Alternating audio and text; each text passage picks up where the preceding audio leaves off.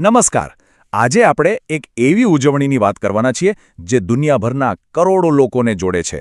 જી હા, વાત છે વિશ્વ હિન્દી દિવસની. ચાલો એની પાછળની આખી કહાણીને જરા નજીકથી જોઈએ. પણ સવાલ એ છે કે આ 10 જાન્યુઆરી જ કેમ? આ તારીખમાં એવું તે શું છે કે એ આટલી બધી ખાસ બની ગઈ છે? તો જવાબ છે, આ દિવસે આખી દુનિયામાં ઉજવાય છે વિશ્વ હિન્દી દિવસ.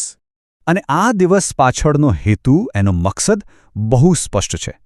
હિન્દી વિશે જાગૃતિ ફેલાવવી અને એને દુનિયાના મંચ પર એક સાચી આંતરરાષ્ટ્રીય ભાષા તરીકે રજૂ કરવી. તો સવાલ એ થાય કે આ બધું શરૂ કઈ રીતે થયું? ચાલો એના ઇતિહાસમાં થોડું ઊંડા ઉતરીએ. આ આખી વાત બે મહત્વની તારીખો સાથે જોડાયેલી છે.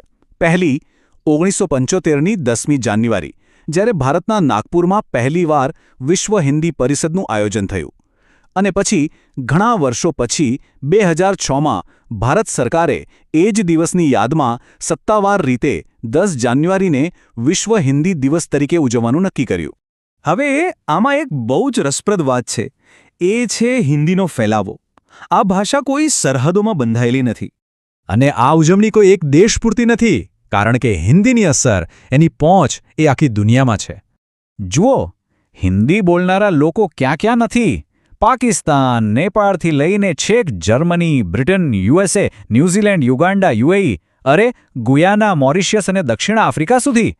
આ લિસ્ટ બતાવે છે કે હિન્દીનો પ્રભાવ કેટલો વૈશ્વિક છે. સારું, હવે એક એવી વાત પર આવીએ જેમાં મોટાભાગના લોકો ગૂંચવાઈ જાય છે. એ છે વિશ્વ હિન્દી દિવસ અને રાષ્ટ્રીય હિન્દી દિવસ વચ્ચેનો ફરક. હા, આ બંને અલગ છે. જુઓ, બહુ સીધી વાત છે. વિશ્વ હિન્દી દિવસ જે 10 જાન્યુઆરીએ આવે છે, એનો હેતુ હિન્દીને આંતરરાષ્ટ્રીય સ્તરે પ્રમોટ કરવાનો છે. જ્યારે રાષ્ટ્રીય હિન્દી દિવસ જે 14 સપ્ટેમ્બરે ઉજવાય છે, એનો હેતુ ભારતની અંદર હિન્દીના મહત્વને યાદ કરવાનો છે.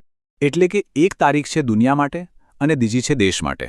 બસ આટલું યાદ રાખશો તો ક્યારેય ગૂંચવાશો નહીં. તો આ બધી વાત પછી એક મોટો સવાલ મનમાં આવે છે. શું હિન્દી ભવિષ્યમાં દુનિયાની મુખ્ય ભાષાઓમાંની એક બની શકશે?